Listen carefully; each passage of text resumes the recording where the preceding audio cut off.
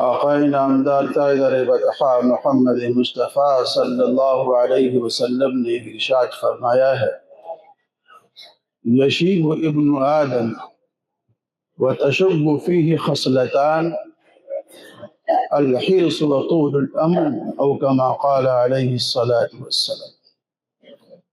آقائے نامدار تاجدار بطحاء محمد مصطفیٰ صلی اللہ علیہ وسلم نے ارشاد فرمایا کہ انسان بوڑھا ہوتا رہتا ہے لیکن اس کے اندر دو چیزیں جوان ہوتی ہیں۔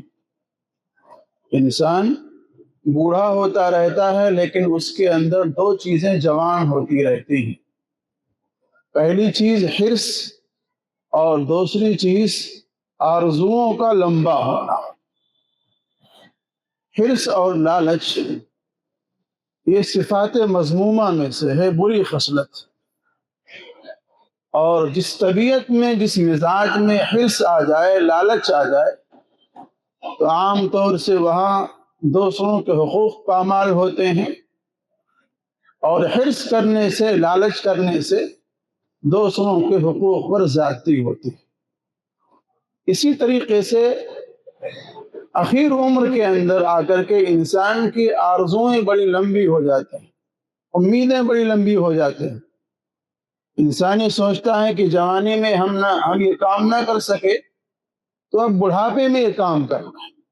اس لیے انسان اتنی لمبی لمبی امیدیں باندھ لیتا ہے کہ جس کے پورا ہونے کی اور امید اور اس کے مکمل ہونے کی کوئی امید نہیں ہوتی، اور اس کے چکر میں پھر انسان حلال کیا ہے، حرام کیا ہے، جائز کیا ہے، ناجائز کیا ہے، اس کی کوئی پرواہ نہیں کرتا ہے۔ اس لیے حرص اپنے اندر پیدا کرنا اور لمبی لمبی امیدیں پیدا کرنا، یہ تمام چیزیں ایسی ہیں جو انسان کے حقوق، انسان کے مال، اس کے آبرو، اس کے عزت کے اوپر انسان ڈاکہ ڈالتا ہے، اور جس سے اس کی عاقبت اور دنیا خراب ہوتی ہے۔ اللہ تعالی ہمیں عمل صالح کی توفیق